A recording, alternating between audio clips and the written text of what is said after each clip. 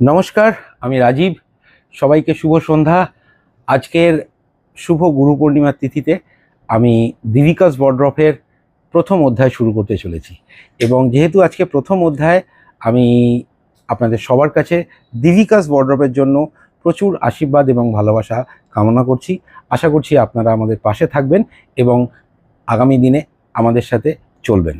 নাও, আজকে এই প্রথম দিনে বা প্রথম অধ্যায়ে আমরা যেটা আপনাদের জন্য নিয়ে এসেছি সেটা একটা বহুল প্রচলিত সুন্দর একটা কাপড়, যেটার নাম আপনারা সবাই জানেন এবং আপনাদের খুব আকাঙ্ক্ষিত একটা কাপড়। সেটার নাম হচ্ছে মাসরু সিল্ক।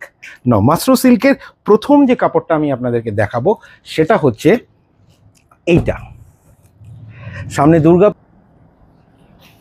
এবং দুর্গাপুজোর স্পেশাল যে কালার, মানে আমরা বাঙালিদের যে একটা অদ্ভুত সেন্টিমেন্ট যেটা দুর্গাপুজো, সেটা আপনারা দেখতেই পাচ্ছেন চোখের সামনে।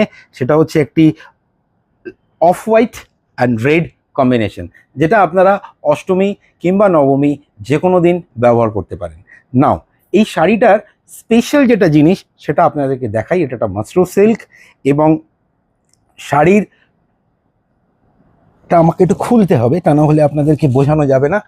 এটা হচ্ছে শাড়ি, আপনার আঁচলের পাট।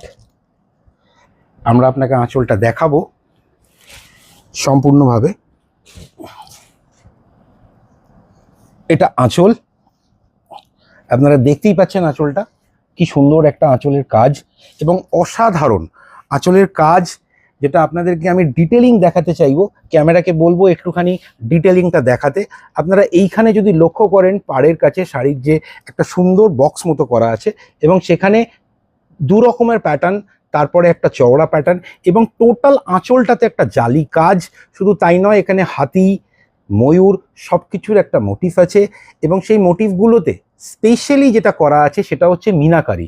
আপনারা যদি খুব মন দিয়ে দেখেন, এবং মিনাকারিটা খুব সুন্দর কম্বিনেশনে, কিছু গোল্ডেন উইথ মিনা আছে, কিছু মিনা মিনা এবং গোল্ডেন, এতগুলো কালারের কম্বিনেশন এবং সুন্দর এখানে ফ্রেম ওয়ার্ক করে এক একটা ময়ূরকে ফ্রেমে ধরা আছে।